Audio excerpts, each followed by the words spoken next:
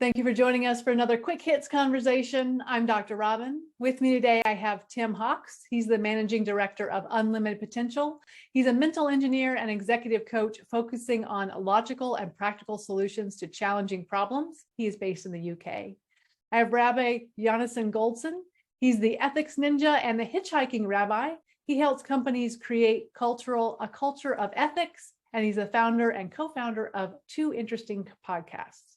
I have Gary Fredericks. He is the CEO of On Point Partners, where they provide back office services for small businesses. The question I have for you today, a little bit tricky, I think. What's the difference between optimism and hope? I would say the difference between optimism and hope is the difference between John Lennon and Paul McCartney. When Rolling Stone they rated the top 100 songs ever, number 2 was Imagine by John Lennon. I hate it. I don't hate the music, beautiful music. I hate the sentimentality of it. It's completely detached from reality. I mean, it sounds wonderful, but how are we going to get there? We're not. It's not going to happen. Forget about it, right? Optimism is related to the word optimum, right? That which is the highest achievable, the highest possible, or even the highest theoretical. But that turns into irrational idealism. And it's often not healthy, because if you're expecting something that is unattainable, you are setting yourself up for disappointment. Whereas my favorite song from Paul McCartney, one of my favorite songs of all time, is Let It Be, which is also a very hopeful, encouraging type of song and message, but it's grounded in reality. Right? When all the broken-hearted people of the world will see, there will be an answer, right? There's a chance that they will see, right? Is a chance, right? It's possible. We're hopeful. We're looking in that direction. The etymology of hope is kind of interesting. They're not quite sure where it comes from. When it comes from, apparently, hop to a place of refuge, right? To get oneself to a better situation. And of course, the national anthem in Israel is Hatikva, which is the word hope. And in Hebrew, the word actually means a direction, to have a course, to set on course with a sense of how I'm going to get there, where I want to get, hopeful that I will reach that point, but also prepared to deal with reality along the way. You completely belittled exactly what I was going to say, but mine is so much like lower level, but I'll give it a go anyway. So it's a fascinating topic. I think you've opened absolutely amazingly, but I agree. For me, I think optimism is a belief, isn't it, without evidence. It's a sense that it's a non-vectored point, if you want an engineering point of view, whereas hope is vectored. For me, hope has a journey.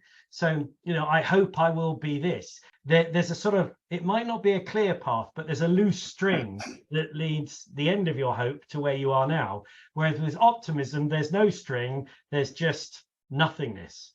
And so therefore, as you say, optimism leads to a much higher opportunity of disappointment than hope does. I've had, in my business life, I've had people all the time ask me, well, what are your goals? And my goals are always 100%. And that's optimism. I don't think I'm ever going to get there, but I'm not going to quit until I get to 100%. So I always say, you plan for the worst and hope for the best, right? So you have a plan, and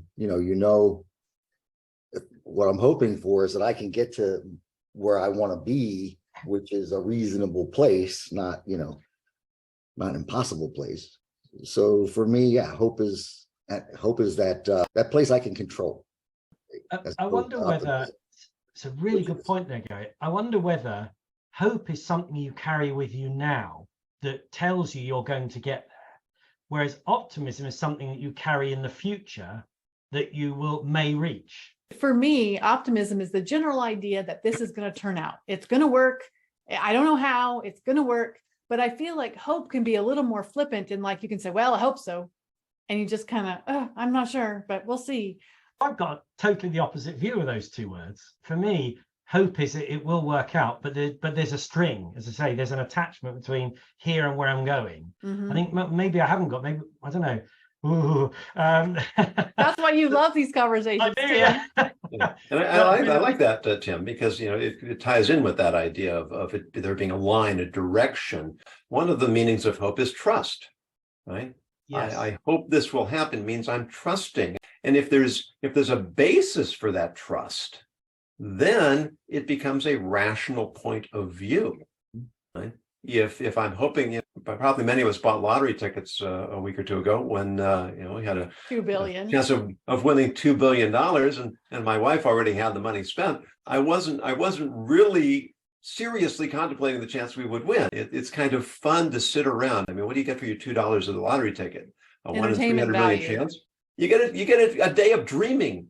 You can just dream about what I'll do, but you don't really expect it to happen. So there's not really hope there. There's just a dream. But is that optimism? Yeah.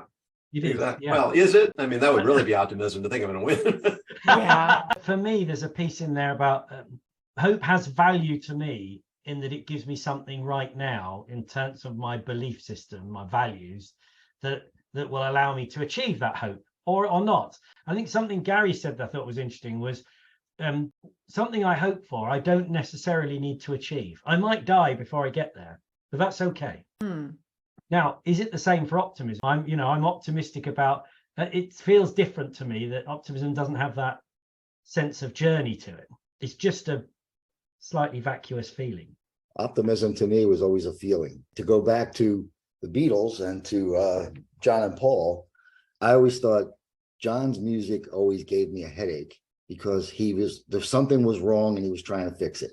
Paul's music always made me smile. And that was the difference between the two. And I think as kids, they were, able to write together and do really well. But as they grew older, they started to, their ideals started to split apart. Paul was writing music that was, everybody loved it and he'd sell a lot of records and stuff. And John was writing music that was pissing everybody off. So it's sort of. So have we directly and scientifically connected hope and optimism with life longevity? Here's the question I have, though. Is hope or optimism more grounded in reality? I think optimism is more grounded in reality, but I do think that hope springs eternal, whatever that means. I don't know. I think what Tim, what you and I have been proposing is that that idea of a thread or a direction is the connection to reality. So yes, indeed. Yeah, I would argue that hope is more grounded. One of the conversations I just remembered in one of my podcast episodes, we talked about hope, and we came up with the argument that if one is not hopeful, one really can't be ethical, because you have to have a sense that things are going to work out, that life is moving in the right direction. A nihilist is somebody, nothing matters, nothing makes a difference. So what difference does it make whether I do the right thing, whether I act the right way? I think we really need hope to guide us in being people who are ethical, productive, contributing members of society. So what does it mean for hopes to be dashed then? Well, sometimes we are disappointed, aren't we? But what do we do next? I feel like optimism allows me to have more give and take in the dashing of my hopes. If hopes are dashed, it's like, oh, all is lost. Whereas optimism is like, oh, that didn't work out. Let me try something else. So for me, hopes are dashed is a fairly glib statement, because for me, hope is eternal. I'll always have that hope. I'll always have it. Even if I don't know what it is, I hope I'll win that lottery. And I don't. Oh, I hope I'll be all right next week. I hope it's like energy transfer. It never gets lost. It just transfers into something else. For me, the hope is always something that's just keeping me going, even when the darkest times are there. There's a positive thread to follow that's going to get me to lighter times. So my hopes aren't dashed. They're just changed. I think that's a good point, right? If hope springs eternal, as you said, Gary, then how could hopes ever be dashed? I think hope is it's tied in with confidence. I think if you have confidence in yourself, you have hope. I think if you don't have confidence, you have optimism. That is our 10 minutes. So I'm going to tell you this. I started this conversation optimistic that it would be a good one, and I'm ending it hoping that it was. Thank you. And I'll talk to y'all again real soon. Thank you. Thank you. Thank you.